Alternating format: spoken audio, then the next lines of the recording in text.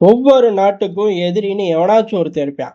சில பேருக்கு 2 பேர் இருப்பான். சில பேருக்கு 1 டசன் இருப்பான். நம்மள பொறுத்தவரை 2 பேர் எதிரி. எதிரி நாடுகள்னு சொல்ல முடியாத அளவு அவனுங்க நாட்டுல ஒரு நிர்வாகம் இருக்கு. காரணம் ஒரு நாடு பாகிஸ்தானு. நம்மளே பல தாட்டி பார்த்துருக்கோம். அங்க என்ன ஆச்சுன்னு அவனுங்களுக்கே தெரியாது. டக்குன்னு சொல்லு பார்ப்போம் அப்படின்னா யோசிச்சிருவாங்க. ராணுவ ஆட்சியா, மக்கள் ஆட்சியா, நீதித்துறையா, இல்ல அங்க உள்ள மத குருமார்கள் தலைமையில நடக்குதா, இந்த மாதிரி பெரும் குழப்பம். சீனாவுக்கு இந்த பிரச்சனையே கிடையாது. ஏன்னா அவன் வித்தியாசமா சொல்லிடுவான். ஏலே சீன கம்யூனிஸ்ட் பார்ட்டின்னு ஒரு பார்ட்டி இருக்கு. இந்த பார்ட்டிக்கு தான் சீனா சொந்தம். இந்த பார்ட்டி தான் ராணுவத்தை வச்சிருக்கு. உனக்கு வேற எதுவும் வேணுமா, எங்க கூட பேச்சுவார்த்தைக்கு வரியா அப்படின்னு அவன் திமிரா வேற கூப்பிடுவான். இப்படி ஒரு பையனோட எப்படிடா பேச்சுவார்த்தைன்னு சொல்ல மாட்டாங்க. ஐநால நிரந்தர உறுப்பினர் இடம் உனக்கு, வா, இம்புட்டு அருமை பெருமை இருக்கு உன்கிட்டன்னு தெரியாம போச்சுங்கிற மாதிரி கொடுத்து தொலைச்சிருக்காங்க. இந்த வீணா போன வேலைக்கு நம்மளும் பெரிய அளவு ஒத்து ஊர்னனால தான் அந்த பயலுக்கு கிடைச்சிச்சு. இல்லை என்னைக்கோ பறி போயிருக்கும், அதெல்லாம் கருமம் கிடக்கட்டும். இப்படி 2 எதிரிகளை வச்சிருக்கோம். இப்படி எல்லாருக்கும் எதிரி இருப்பான். ஆனா இவனுங்களெல்லாம் பைபாஸ் பண்ற அளவுக்கு உலகமகா சகுனி ஒருத்தன் இருப்பான். அவன் யாரு அப்படின்னா நம்ம எல்லாருக்கும் தெரியும், அண்ணன் அமெரிக்கா அப்படின்னு. காரணம் என்ன அப்படின்னா இந்த 2 பயலுகளும் பிளான் பண்ணுவாங்க யாரு, இந்தியாவை அடிக்க. இதே சமயம் இந்த 2 பயலுகளையும் ட்ரிகர் பண்ணி விடுற மாதிரி சில விஷயங்களை அமெரிக்காவும் செஞ்சு தொலைச்சிரும். அமெரிக்காவோட கோழி கால் வருது, இல்லை அக்ரிகல்ச்சர் ப்ராடக்ட் வருது, பால் வருது, தயிர் வருது, மோர் வருது, வேணாம்னு சொல்லிவிட்டோம்னா இந்த வேலையை அப்பப்போ பண்ணுவேன். அப்படி ஒரு வேலையை தான் இப்போ பார்த்து விட்டான். அதுதான் நம்ம விரிவாக பார்க்க போகிறோம். பொதுவாகவே பாகிஸ்தானுக்குள்ளே போய் நம்மளுக்கு எதிராக எல்லா வேலையும் பண்ணி விட்டா அவன் உடனே நம்மளை நோக்கி வருவான். என்ன டாலர்களை பம்ப் பண்ணிடுவான்.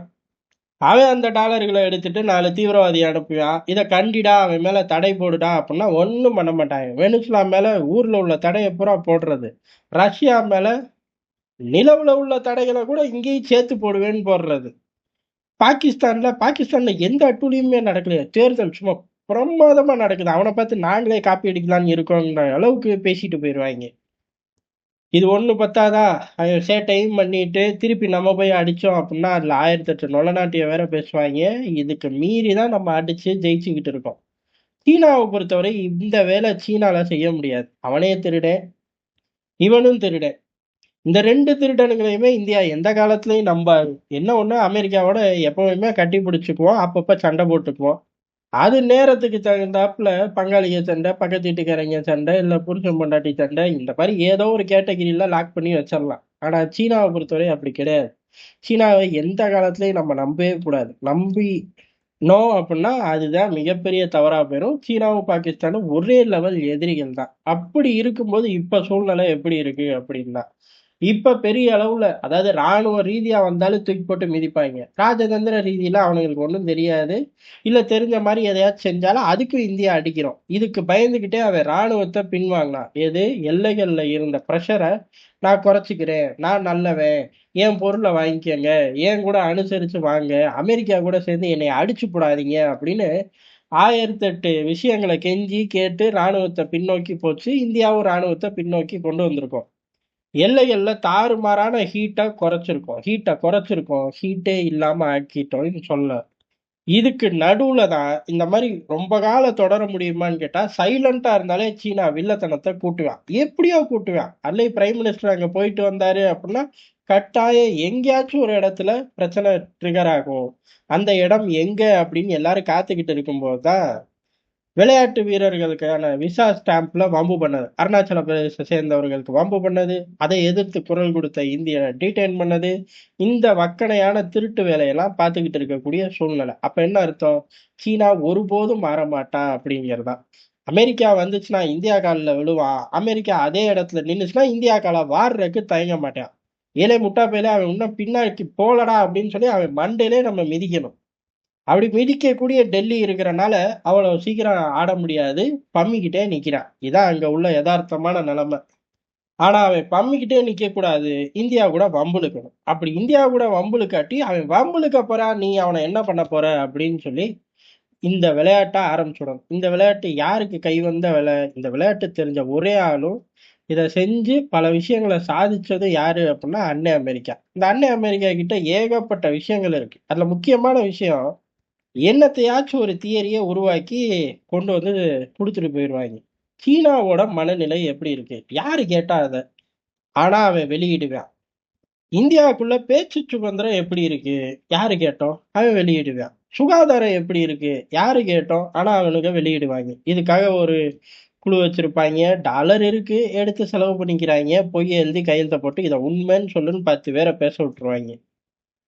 அதே போல தான் இப்ப சீனாவ சார்ந்து சில விஷயங்கள் வெளியிட்டிருக்காருங்க. அதுல முக்கியமான விஷயம் அருணாச்சல பிரதேசத்த சீனா தன்னோட ஒரு மிகப்பெரிய அடையாளமா பாக்குது அப்படிங்கிறான். எந்த லெவல் அப்படின்னா, தைவானோட ஒப்பிட்டு தைவான பொறுத்தவரை அவனுங்களுக்கு ஒரு மிகப்பெரிய கௌரவ பிரச்சனை.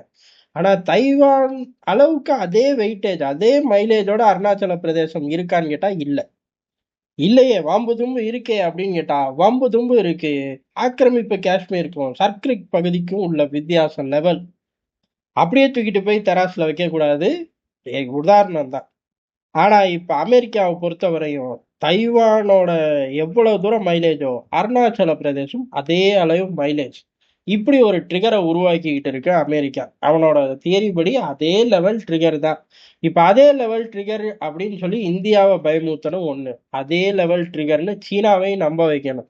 காரணம் சீனா தைவானை நோக்கி தான் பெரிய அளவு ஃபோக்கஸ் பண்ணுது. தைவானை நோக்கி தான் ஒரு படையெடுப்புக்கு நகர்த்திக்கிட்டு இருக்கார்கள். ஆனா அதை செய்யாத, அருணாச்சல பிரதேசத்தை நோக்கி வண்டியை விடு. அப்ப 2 பயலுகளும் மல்லு கட்டும்போது இந்த பிராந்தியத்திலயும் சரி, 2 நாடுகளுக்குள்ளயும் சரி, அமெரிக்கா நினைச்சதை சாதிக்க முடியும்னு ஒரு திட்டம். ஏற்கனவே வலுவா பங்களாதேஷ்ல ஒரு ட்ரிகரை உருவாக்கி அது நாடு நாசமா போகுது. அது நமக்கு தேவையில்லை. ஆனா அந்த கருமங்களை சமாளிக்கிறதுக்கு ஏகப்பட்ட எஃபர்ட்டை நம்ம ராணுவ ரீதியிலையும் ராஜதந்திர ரீதியிலையும் செஞ்சு தொலைய வேண்டியதா இருக்கு. இது பத்தாது அப்படின்னு தைவானை நோக்கி சீனா போச்சுன்னா அமெரிக்காவுக்கு வேற மாதிரியான ஒரு ப்ரெஷர் வரும். அமெரிக்கா தனியா போகணும், கூட்டணியை சேர்த்து போகணும், எல்லாமே அமெரிக்க திட்டங்களா இருக்கும். அருணாச்சல பிரதேசத்தை நோக்கி சீனா வந்துச்சு அப்படின்னா இந்தியா பாஞ்சிரும், அடிக்கும், சீனாவை வெளுத்து தூக்கி வீசுவோம். ஆனா தைவான் சார்ந்த அமெரிக்கா கொட்ட வேண்டிய டாலர்கள் அப்படிங்கிறது கொட்ட தேவையில்லை. இப்படி ஒரு முரட்டுத்தனமான கால்குலேஷன்ல அமெரிக்கா வந்திருக்கு. இந்த சூழ்நிலை அப்படிங்கிறது இந்தியாவுக்கு மிகப்பெரிய ஒரு ஹீட்டை ஜெனரேட் பண்ணும். இதுல இருந்து டெல்லி தப்பிச்சிடும். டெல்லி தப்பிக்கும், கொடியை பறக்க விடும். அதுல எல்லாம் எந்த சந்தேகமும் இல்லை. ஆனா அண்ணன் வீணா போன அமெரிக்கா பங்களாதேஷ் ட்ரிகரோட நிப்பான்னு நம்ம எல்லாம் எதிர்பார்த்தோம். நிக்கல. பாகிஸ்தானுக்கு உதவிகள் செய்யறதோட நிப்பான். ஏன்னா ஆசிமுனரை கூப்பிட்டு சோறெல்லாம் ஊட்டுறான். அங்க நிப்பான்னு நினைச்சோம், நிக்கல. இது ரெண்டுக்குள்ள மல்லு கட்டிக்கிட்டே இருப்பான். இப்ப ஆசிம் முனிருக்கும் அவனுக்கும் முட்டிக்குது. காரணம் ராணுவத்தை காசாக்கு அனுப்பணும். இதோட பாகிஸ்தானை கை விட்டுருவாங்க. நமக்கு கொஞ்சம் ஃப்ரீ கிடைக்கும். பங்களாதேஷை நம்ம உரிச்சு எறிஞ்சிடலாம் இப்படின்னு நினைக்கும் போது டக்குன்னு சீனாவை தூக்கிட்டு வந்து முன்னாடி வச்சுட்டாங்க. இப்ப சீனாலே இது இப்ப தைவான் மட்டும் பிரச்சனை இல்ல, அருணாச்சல பிரதேசமும் பிரச்சனை அப்படின்னு கூட்டி காட்டும்போது ஆட்டோமேட்டிக்கா அதிபர் ஷி ஜின்பிங்கோட ஒரு முட்டாள்தனம். இந்த பக்கம் படைகள் அனுப்புனா அப்படின்னு யோசிச்சா செஞ்சா அமெரிக்காவுக்கு லாபம். தைவானை நோக்கி பெரிய அளவு ராணுவத்தை இறக்க தேவையில்லை. இதே மாதிரி ட்ரிகரை ஜப்பானை நோக்கி அமெரிக்கா உருவாக்கி வச்சுச்சு. ஆனா ஏகப்பட்ட அணு ஆயுத மிசைல்களை வரிசையா சீனா அடுக்கி வைக்கவும் அந்த ட்ரிகர் எங்க வேலை செய்யாம போயிருமோ அப்படின்ட்டு இன்னொரு ட்ரிகரையும் இப்ப அமெரிக்கா உருவாக்கி இருக்கு. அதான் அருணாச்சல பிரதேசம். ஆனா இது வழக்கமா அமெரிக்கா செய்யக்கூடிய ஒரு அரசியல் சித்து விளையாட்டு. ஏற்கனவே பல தடவை டெல்லி அடிச்சு நொறுக்கி இருக்கு. இந்த தடவை அடிச்சு நொறுக்கும். என்ன ஒண்ணு, நம்ம எதிர்பார்த்த ஜோன் வேற. டெல்லி 1000 ஆப்ஷன் வச்சிருக்கோம். அதுல அருணாச்சல பிரதேசமும் வந்திருக்க அதிக வாய்ப்பு இருக்கு. இது சம்பந்தமான மேலும் அப்டேட் வரும்போது லீவ் போடாம வந்து இங்க விரிவா பார்ப்போம்.